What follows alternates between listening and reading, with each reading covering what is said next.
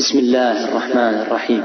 اللہ کے نام سے شروع جو نہایت مہربان ہمیشہ رحم فرمانے والا ہے۔ وَإِذْ قَالَ مُوسَى لِقَوْمِهِ يَا قَوْمِ إِنَّكُمْ ظَلَمْتُمْ أَنفُسَكُمْ بِاتِّخَاذِكُمُ الْعِجْلَ فَتُوبُوا إِلَىٰ بَارِئِكُمْ فَاقْتُلُوا أَنفُسَكُمْ ذَلِكُمْ خَيْرٌ لَكُمْ عِندَ بَارِئِكُمْ فَتَابَ عَلَيْكُمْ إِنَّهُ هُوَ التَّوَّابُ الرَّحِيمُ۔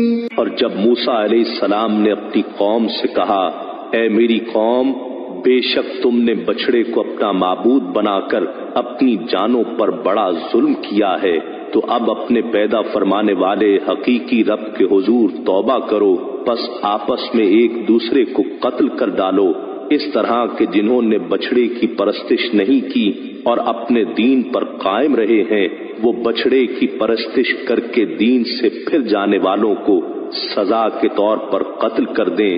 یہی عمل تمہارے لیے تمہارے خالق کے نزدیک بہترین توبہ ہے، پھر اس نے تمہاری توبہ قبول فرما لی، یقیناً وہ بڑا ہی توبہ قبول کرنے والا مہربان ہے۔ وَإِذْ قُلْتُمْ يَا مُوسَى لَن نُّؤْمِنَ لَكَ حَتَّىٰ نَرَى اللَّهَ جَهْرَةً فَأَخَذَتْكُمُ الصَّاعِقَةُ وَأَنتُمْ تَنظُرُونَ۔ اور جب تم نے کہا، اے موسیٰ، ہم آپ پر ہرگز ایمان نہ لائیں گے یہاں تک کہ ہم اللہ کو آنکھوں کے سامنے بالکل آشکارا دیکھ لیں، بس اس پر تمہیں کڑکنے آ لیا جو تمہاری موت کا باعث بن گئی اور تم خود یہ منظر دیکھتے رہے۔ ثم بعثناكم من بعد موتكم لعلكم تشكرون۔ پھر ہم نے تمہارے مرنے کے بعد تمہیں دوبارہ زندہ کیا تاکہ تم ہمارا شکر ادا کرو۔ وَظَلَّلْنَا عَلَيْكُمُ الْغَمَامَ وَأَنزَلْنَا عَلَيْكُمُ الْمَنَّ وَالسَّلْوَىٰ كُلُوا مِن طَيِّبَاتِ مَا رَزَقْنَاكُمْ وَمَا ظَلَمُونَا وَلَٰكِن كَانُوا أَنفُسَهُمْ يَظْلِمُونَ۔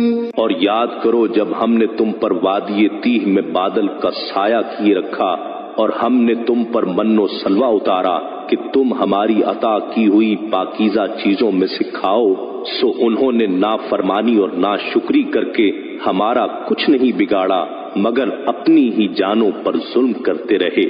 وَإِذْ قُلْنَا ادْخُلُوا هَٰذِهِ الْقَرْيَةَ فَكُلُوا مِنْهَا حَيْثُ شِئْتُمْ رَغَدًا وَادْخُلُوا الْبَابَ سُجَّدًا وَقُولُوا حِطَّةٌ نَغْفِرْ لَكُمْ خَطَايَاكُمْ وَسَنَزِيدُ الْمُحْسِنِينَ۔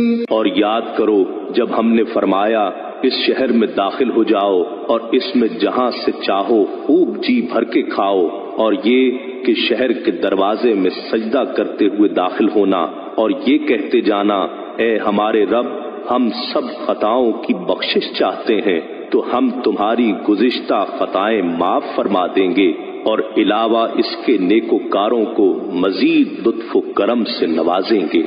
فبدل الذين ظلموا قولا غير الذي قيل لهم فأنزلنا على الذين ظلموا رجزا من السماء بما كانوا يفسقون۔ پھر ان ظالموں نے اس قول کو جو ان سے کہا گیا تھا ایک اور کلمے سے بدل ڈالا، سو ہم نے ان ظالموں پر آسمان سے بصورت طاعون سخت آفت اتار دی، اس وجہ سے کہ وہ مسلسل حکم عدولی کر رہے تھے۔